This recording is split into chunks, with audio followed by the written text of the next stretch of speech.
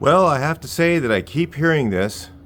ICE raids are ruining the painting business.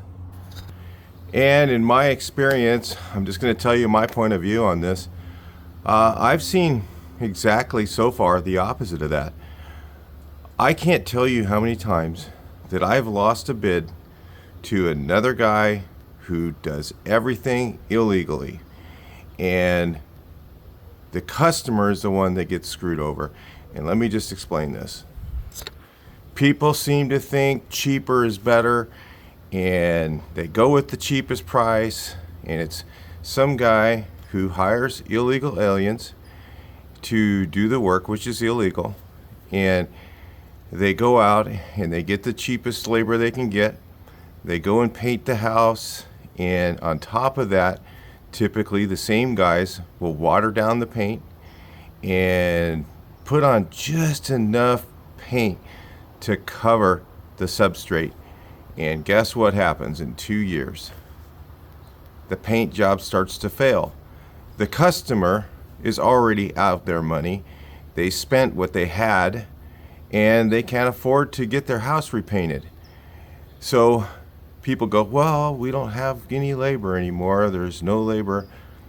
And, it's usually over just a few $100s difference in price. So, listen, let's talk about this. When you have your house painted, it should be done by somebody who's a skilled tradesman, who's number one, who's honest about what they do. And so when you do an estimate, you should be not looking at the person, their price. You should be looking at, okay, do I trust this person? Do I think that this person will do the job? Will they do it correctly? And will I get a lasting job? But people have this idea that they think that anybody with a paintbrush can paint. And that is just a farce. It is a skilled trade, just like plumbing, electrical. Would you hire an electrician who was an inexperienced person who doesn't even know what they're doing, okay, that came to the country illegally? Would you do that? Okay? It doesn't make any sense. The same thing with painting and other skilled trades. Now, there might be some trades, like maybe drywall taping or something like that, where you can have someone who has a lack of skill and still make that work out. I don't really know those trades, okay? All I know is painting, okay? And painting requires somebody who knows what they're doing.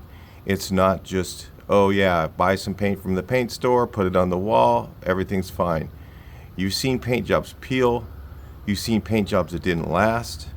There's reasons why that's that way.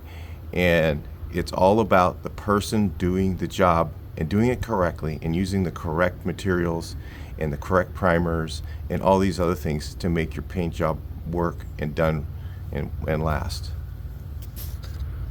So I'll tell you, I've seen this happen many times over the years.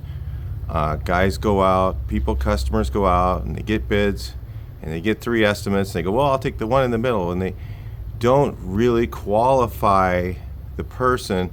They just go by price, and they get the one in the middle.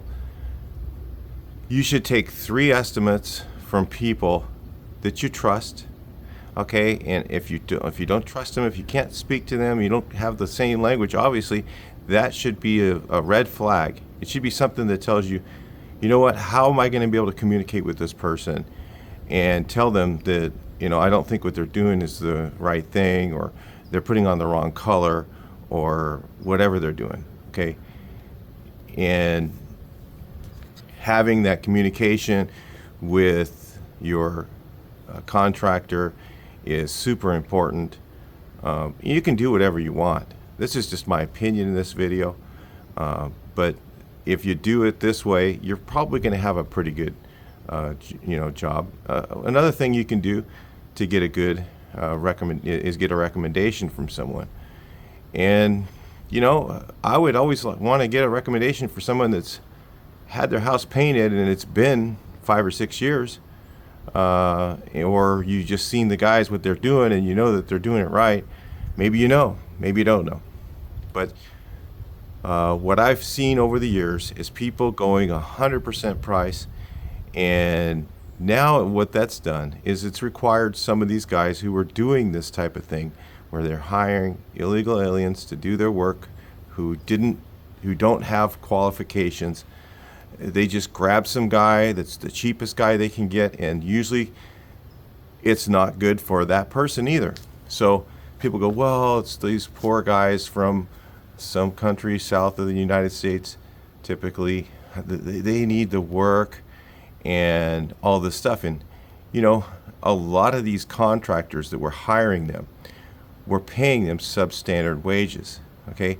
So not only were they getting somebody with no experience, they were getting someone that they could exploit, okay? So let me give you an example. Back in the old days, I used to charge like $300 to $350 a day, something like that, okay, when I was doing a lot of houses. And another guy would go out and he'd have 3 guys that were inexperienced, and I could outwork all 3 of them. And they were paying them, to make the price of the job work out. A typical painter, you would pay him, let's say, $125 to $150 a day. And they'd pay these guys less than $100, okay? So they're getting a substandard wage, okay? And they're, living in a house where they have several families there. And a lot of times, I'm not saying it's all the time, and they would take a large percent of that money and they would send it back to their country. So on top of the fact that they were paying them a substandard wage, and of course you got substandard work, they were also telling them to water down the paint. These typical customers that I was competing with, or contractors that I was competing with, they were doing this. I'm not saying all of them do it, but some of them were. And they would go in, and those people would take that wage and they would take it, Western Union it, to their family. Now, when that money goes to that other country, does it get spent back in the same country again? No, the answer is it gets spent down in that country, or wherever it is. All over the world, there's people from Asian countries, from Russian, that sort of thing, and doing the same type of thing. I've seen both sides. And they would spend that money over in their country, and guess what? It doesn't come back here. So what happens is that deflates your dollar. So when you take that money and you send it out to another country, like people are going complaining about how that the rich have all the money and it doesn't get circulated. Well, it's even worse when you send it to another country, because it just doesn't ever come back here again. Okay, and it goes to that country and never circulates back, so that makes the dollar go down in value. So none of this has been good for us, all right? So getting substandard work that doesn't last, for a few $100s difference in price. So for instance, I would go out and bid something, and these guys would come in quite a bit cheaper than we would, okay? And you weren't even really getting a good job. You weren't even getting a job that was going to last.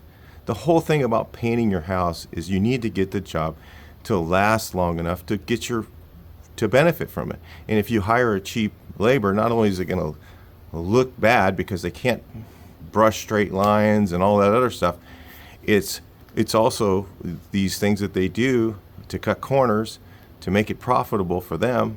And these contractors doing it were making tons of money, okay? They were cheating the customer, all right? So you guys as customers should be angry too about the fact that we were allowing this type of behavior to happen in the United States.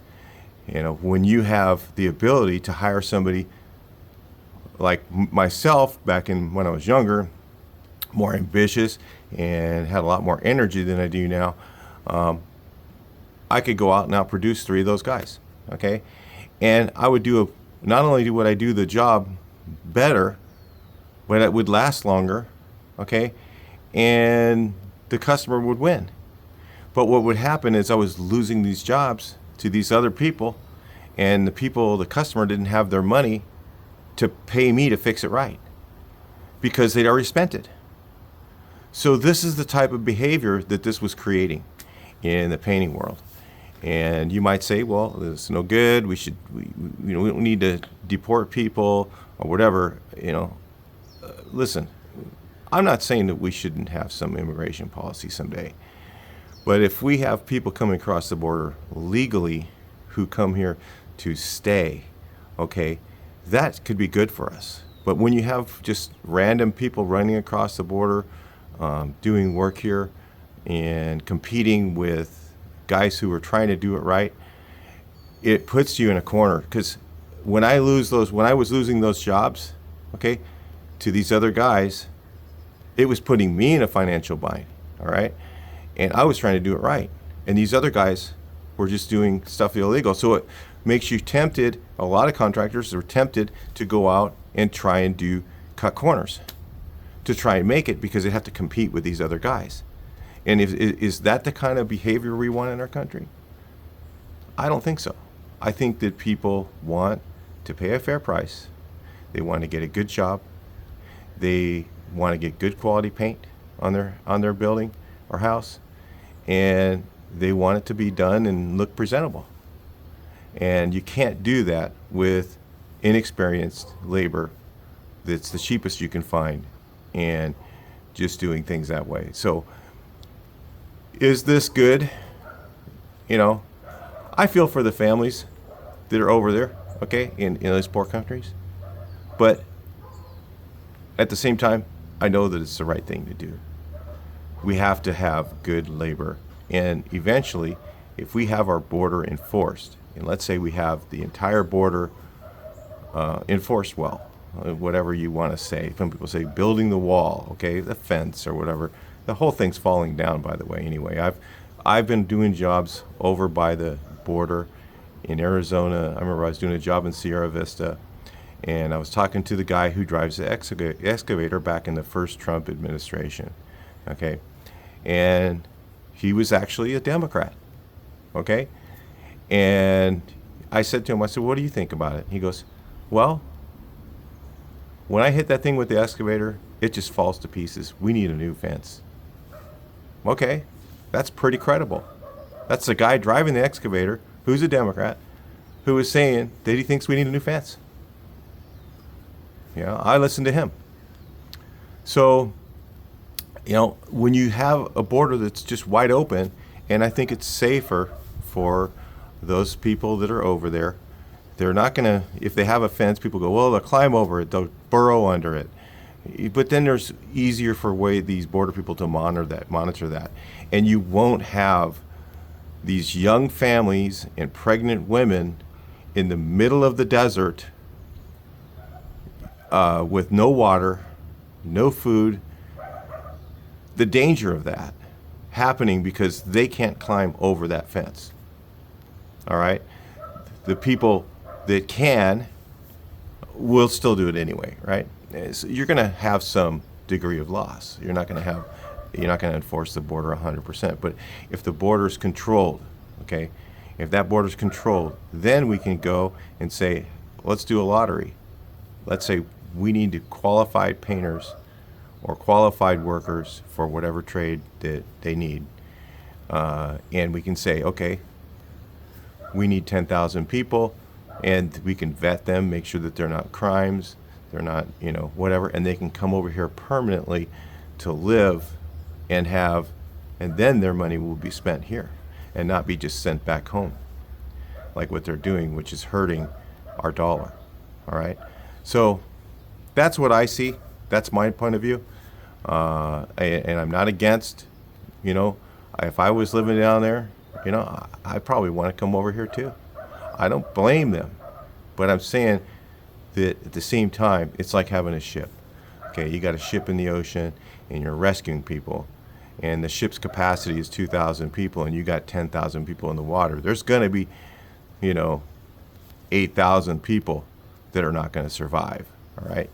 That's just the reality. If you take on too many, then you're going to bring your own ship down.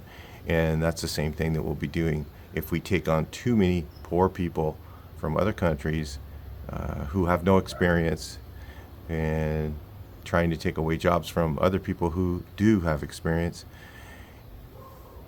It just puts us in a bad place. All right? So I'm not trying to be disrespectful to anyone who is illegally here, but at the same time, you have to do the right thing. So anyway, hope you enjoyed the video. I hope you guys do that, and no judgment here. I'll talk to you in the next one. Please like, share, and subscribe.